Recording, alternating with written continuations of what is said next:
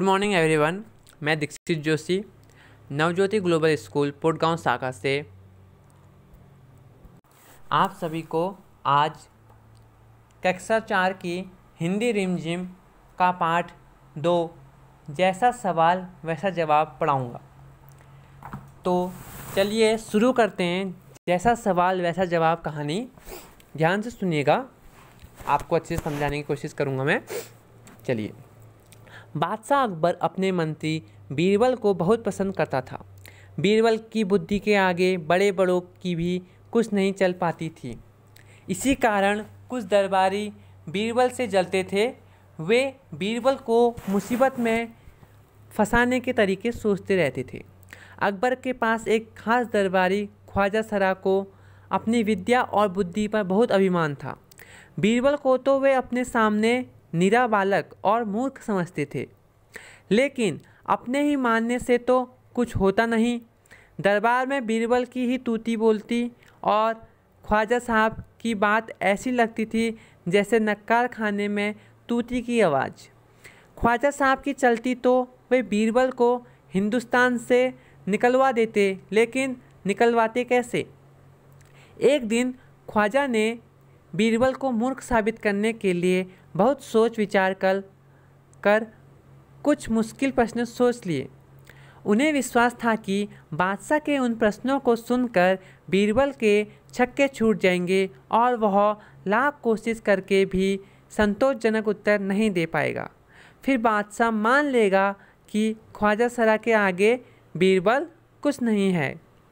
Next page पढ़ेंगे।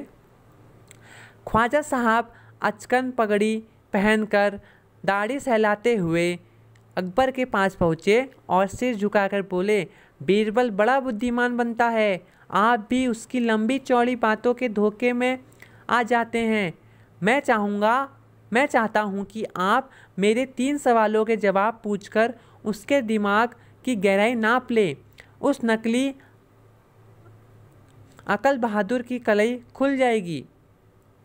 ख्वाजा के अनुरोध करने पर अकबर ने बीरबल को बुलाया और उनसे कहा, बीरबल, परम ज्ञानी ख्वाजा साहब तुमसे 3 प्रश्न पूछना चाहते हैं, क्या तुम उनके उत्तर दे सकोगे? बीरबल बोले, जहाँपना जरूर दूंगा, खुशी से पूछे। ख्वाजा साहब ने अपने 3 सवाल लिख के बादशाह को दे दिए। अकबर ने बीरबल से ख्वाजा का पहला प्रश्न पूछा, संसार का केंद्र कहाँ है? बीरबल ने तुरंत जमीन पर अपनी छड़ी गाड़कर उत्तर दिया, यही स्थान चारों ओर से दुनिया के बीचों बीच पड़ता है। यदि ख्वाजा साहब को विश्वास ना हो तो वे फीते से सारी दुनिया को नापकर दिखा दे कि मेरी बात गलत है। अकबर ने दूसरा प्रश्न किया, आकाश में कितने तारे हैं? बीरबल ने एक भेड़ मंगवाकर कहा, इस भेड़ के शरीर में जितने बाल हैं उतने ही तारे आसमान में हैं। ख्वाजा साहब को इसमें संदेह हो तो वे बालों को गिनकर तारों की संख्या से तुलना कर ले। अब अकबर ने तीसरा सवाल किया, संसार की आबादी कितनी है? बीरबल ने कहा, जहाँपना संसार की आबादी पल पल पर घटती बढ़ती रहती है, क्योंकि हर पल लोगों का मरना जीना लगा ही रहता है। इसीलिए यदि सभी लोगों को एक जगह इकट्ठा किया जाए तभी उनको गिनकर ठीक ठाक संख्या बताई जा सकती है। बादशाह तो बीरबल के उत्तरों से संतुष्ट हो गया, लेकिन ख्वाजा साहब नाक भौं सिकोड़ कर बोले, ऐसे गोलमोल जवाबों से काम नहीं चलेगा जनाब। बीरबल बोले, ऐसे सवालों के ऐसे ही जवाब होते हैं, पहले मेरे जवाबों को गलत साबित कीजिए तब आगे बढ़िए। ख्वाजा साहब से फिर कुछ बोलते नहीं बना। चलिए इस कहानी को अब मैं कुछ समझाऊंगा। एक अकबर राजा थे। बादशाह मतलब राजा होता है, बादशाह उर्दू भाषा में बोलते हैं ना, तो बादशाह मतलब अकबर राजा। तो राजा जो अकबर थे उनके मंत्री थे बीरबल। वो बहुत ही ज्ञानी थे और उनका जो ज्ञानी होने के साथ वो चालाक भी थे, मतलब उनका जो दिमाग था बहुत ही अच्छा था। तो उनके इसी कारण जो राजा के दरबारी थे वो बीरबल से क्या थे, जलते थे, चिढ़ते थे वो सब लोग, और वो सोचते थे, वो हर बार बीरबल को किसी मुसीबत में फंसाने की सोचते थे। ठीक है, तो अकबर के एक खास दरबारी थे ख्वाजा सरा। वह अपने आप को बीरबल से बहुत ज़्यादा बुद्धिमान और विद्यावान समझते थे। ठीक है, अब क्या हुआ, लेकिन जो सत्य तो ये था कि जो दरबार में बीरबल की तूती बोलती, मतलब जो तूती मतलब बीरबल की जो बातें थी वो बोलती थी, मतलब वही सभी लोग बीरबल की बात सुनते और बीरबल की बात पे अमल किया जाता था।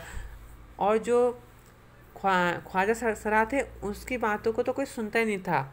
ठीक है, तो क्या हुआ, एक बार ख्वाजा जो सरा थे उन्होंने बीरबल के लिए प्रश्न बनाए, 3 प्रश्न बनाए, बहुत ही मुश्किल। उन्हें लगा कि बीरबल इनके उत्तर नहीं दे पाएगा, और वो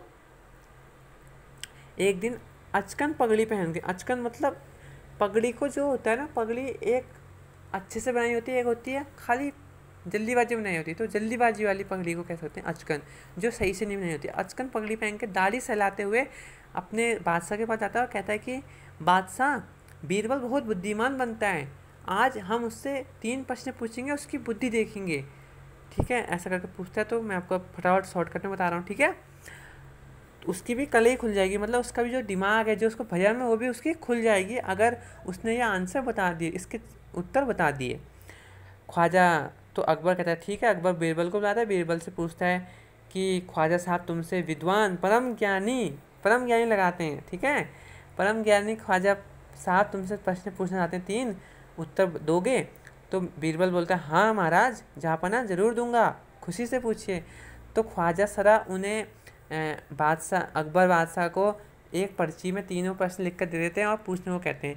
तो बीरबल से पूछते हैं फिर वो, संसार का केंद्र कहाँ है, पहला प्रश्न है। तो बीरबल अपनी छड़ी को नीचे ज़मीन में गाड़ कर कहते हैं कि यही संसार का केंद्र है, अगर आपको यकीन नहीं है तो ख्वाब सरा से कह के तो सारी ज़मीन दुनिया के बीचों बीच, मतलब इसको आप नाप सकते हैं। ठीक है, फीते से सारी दुनिया को नाप कर दिखा दूंगा आपको। ठीक है, अगर आपको यकीन नहीं है आप नाप लो। फिर दूसरा प्रश्न पूछते हैं आकाश में कितने तारे हैं? तो बीरबल क्या करता है, एक भेड़ को मंगाता है और कहता है इसके बाल, जितने इसके शरीर में बाल है उतने आसमान में तारे हैं। अगर ख्वाजा साहब को शक है या संदेह है तो आप गिन के तालों की संख्या से तुलना कर सकते हैं। ठीक है, फिर बीरबल ने बादशाह ने तीसरा प्रश्न पूछा कि क्या कहते संसार की आबादी कितनी है? तो बीरबल ने कहा जहाँपना, संसार की आबादी तो पल पल बढ़ लेती, कभी किसी की मृत्यु होती है, कभी किसी का जन्म होता है, कभी किसी का जन्म होता है। तो हम तभी पता लगा सकते हैं, ठीक ठाक मैं तभी बता सकता हूँ जब आप सभी लोगों को एक जगह पे इकट्ठा कर ले। अब ठीक है, जो बादशाह जी थे वो तो सहमत थे, लेकिन जो वो थे क्या कहते इनके दरबारी थे, उन ख्वाजा साहब, उनको अजीब लगा। उन्होंने अपनी बहुत सिकोड़ कर बोला ये गोलमोल जवाब से काम नहीं चलेगा जनाब। तो बीरबल बोलता है जैसे सवाल होंगे आपके वैसे तो मैं जवाब दूंगा, अगर आपको जवाब गलत लग रहे हैं तो आप मेरे जवाबों को सिद्ध करके दिखाइए, नहीं मेरे जो जवाब है उनको गलत करके दिखाइए, अगर वो गलत है तो मैं मानूँ। फिर वो कुछ नहीं बोल पाता है, कहानी ख़त्म हो जाती है। इसके एक एक्सरसाइज देते हैं, सब एक्टिविटीज़ दे रखी है आपको। ठीक है, ये आपको खुद ही करना है, इसको हम दिखा देते हैं आपको। यदि एक और शब्द, इसमें आपको नीचे लिखे शब्दों की जगह कौन सा शब्द इस्तेमाल हो सकता है, खाली जगह में लिखिए इसका को बुद्धिमान को हम ज्ञानी बोल सकते हैं, मूर्खों को हम अज्ञानी बोल सकते हैं। ठीक है, अभिमान मतलब घमंड भी बोल सकते हैं, विश्वास मतलब भरोसा, संसार को हम विश्वास को भरोसा ही बोल सकते हैं। ठीक है, और संसार को हम क्या बोल सकते हैं, दुनिया, धरा या फिर विश्व। और कोशिश मतलब दोबारा करना या पुनः करना, या फिर हम बोल सकते हैं कोशिश को हम ये बोल सकते हैं परिश्रम करना, मतलब दोबारा करना। परिश्रम करना नहीं कहेंगे, कोशिश के मतलब होती है कि दोबारा करना बोल सकते हैं। ठीक है, नीचे मुहावरे 2, कलई खुलना और नाक बहुत सिकुड़ना। नाक बहुत सिकुड़ना मतलब कन्फ्यूजन होना से होता है, मतलब वो नाक बहुत सिकुड़ना मतलब इसने ऐसा क्या कह दिया। ठीक है, संदेह होना। और कलाई खुलना मतलब जो आपका घमंड का वो है, जो आपको, जैसे आप लोगों को लगता होगा कि हाँ मैं तो बहुत ही होशियार हूँ, और कभी किसी ने आपको आके, कभी कोई आपके साथ ऐसी घटना घटी जिससे आपको लगा कि नहीं यार मैं गलत सोचा था, तो कलाई खुल गई, तो आपकी जो गलत फहमी थी वो खुल गई। ठीक है, थैंक यू।